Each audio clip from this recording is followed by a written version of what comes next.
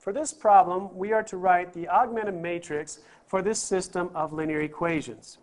Once we have our matrix, we will use that matrix to solve this system. Our first step is to come up with this matrix here. And the way we come up with this matrix is we get the coefficients from our x variables, and we write them in the first column, and then the coefficients from the second variable, or the y, and write them in the second column, and then write the coefficients from z in the third column, and then a vertical line representing the equal sign, and then our constants that are after the equal sign we write in the last column. Now next, what we do is we need to get a 1 here followed by zeros in that column. So right here, to get a new row 3, we're going to multiply -2 to row 1 and add that to the entries in row 3. So as we multiply each element in row 1 by -2 and add them to the elements in row 3, we obtain 0, -1, -2, and -5. So we achieved the goal of getting 1, 0, 0.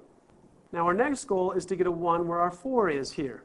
And one way to get a 1 where this 4 is to interchange row 3 with row 2 and then multiply this row here, which we're interchanging, by a -1. And that'll give us our new row 2 with a 1 where we need it. Now, so here we show row 2. We're going to interchange it with row 3, and row 3 we're going to multiply it by a -1. That'll give us our new row 2, which will be 0, 1, 2, and 5. Notice the first row hasn't changed at all. It's still 1, 2, 1, and 3. Now that we have a 1 here, we have to get a 0 where our 4 is. So to get a new row 3 with a 0 there, we're going to multiply row 2 by a -4 and add that to row 3. When we do that, we obtain the new row 3, which is 0, 0, -5, and -15. And the last thing we have to do to get this augmented matrix is to get a 1 where our -5 is.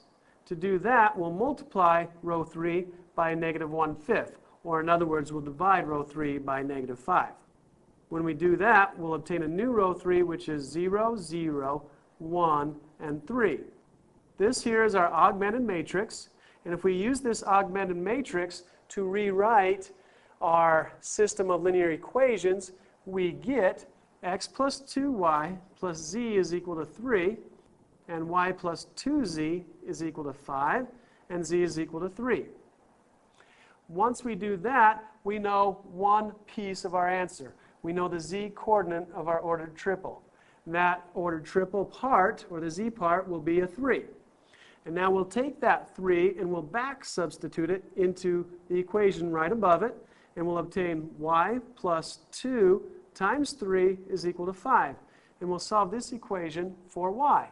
So we'll have y plus 6 is equal to 5, and then we'll subtract 6 from both sides and get y is equal to -1. So now we know the z coordinate and the y coordinate of our ordered triple solution. To find out what x is going to be, we're going to take our y and our z and plug them back into our top equation in our system and have x plus 2 times -1 plus 3 is equal to 3. And if we solve this by subtracting 3 from both sides, we'll have x minus 2 is equal to 0, or finally x equals 2.